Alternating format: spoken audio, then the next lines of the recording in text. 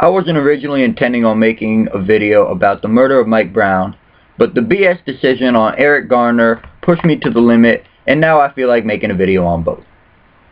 Now, before I even get on to explaining why the Ferguson cops should have gotten charged, I want to say that I can't even imagine how someone would even try to defend the cops who murdered Eric Garner. So most people pretty much know that story. After a brief argument with some cops who accused him of selling untaxed cigarettes, Eric Garner, an overweight, asthmatic black grandfather, starts telling these cops to leave him alone.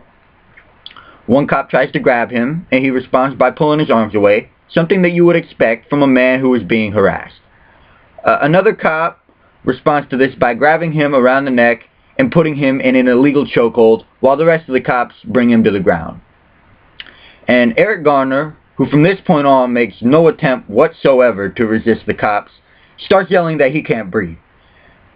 Then the cop who initiated the chokehold smushes Eric's head into the cement, and Eric shortly dies from a heart attack that occurred as a result of the struggle.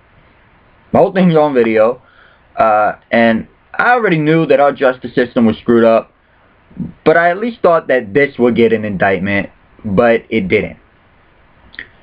There's not much more for me to say on this because I can't even imagine what the cop supporters could possibly have to say in defense of the cops here. But anyway, I felt the same way back when the Mike Brown thing first came up. And to those who were following the case back when it first happened, you know, the day after it happened, you had several witnesses, one after the other, all coming out and telling the exact same story of how Darren Wilson murdered Mike Brown when his hands were up. And each one of them, they all told the exact same story the day after it happened. They couldn't have been lying. You know, if they were lying, then their stories would have all been different from each other. But somehow, the pro-cop kiss-ups found a way to spin it. And after the first several reliable witnesses all came out and told their story of what happened, it shouldn't surprise anyone that you had a few unreliable witnesses who came out and gave false accounts.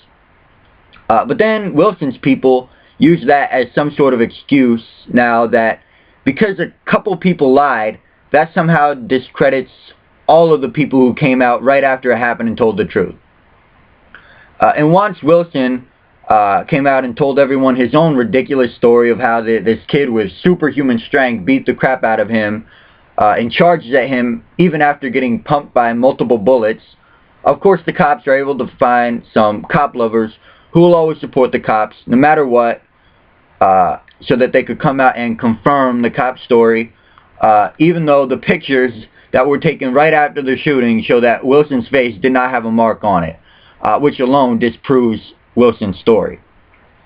And even so, you know, the pro-cop witnesses' stories, still, they all had some very significant inconsistencies.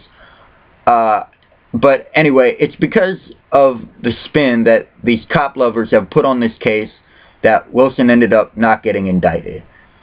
So anyway, if all this proves one thing, it is that racism is still very much alive in America, especially in these cops who are just committing blatant police brutality against black men. And after the Eric Garner murder was caught on tape, that should take all credibility away from these Fox News instigators who have spent the last decade trying to convince us that racism is dead in America. Last week, I remember telling someone that it appears as though murder is practically legal for cops in America so long as they claim that they were in fear for their life and that the person is black. And now, after the Eric Garner thing, it appears as though you don't even have to do that first part. You don't even have to claim you are in fear for your life anymore if you're a cop. But anyway, I would normally say that this country has to start having a debate on all these things. But the truth is, it has to do a lot more than that. In order to see any real change, Americans have to radically readjust their views on cops and race relations. And we just have to stop pretending that cops are above the law. And more importantly, we have to stop pretending that racism is over, because both of those things could not be further from the truth.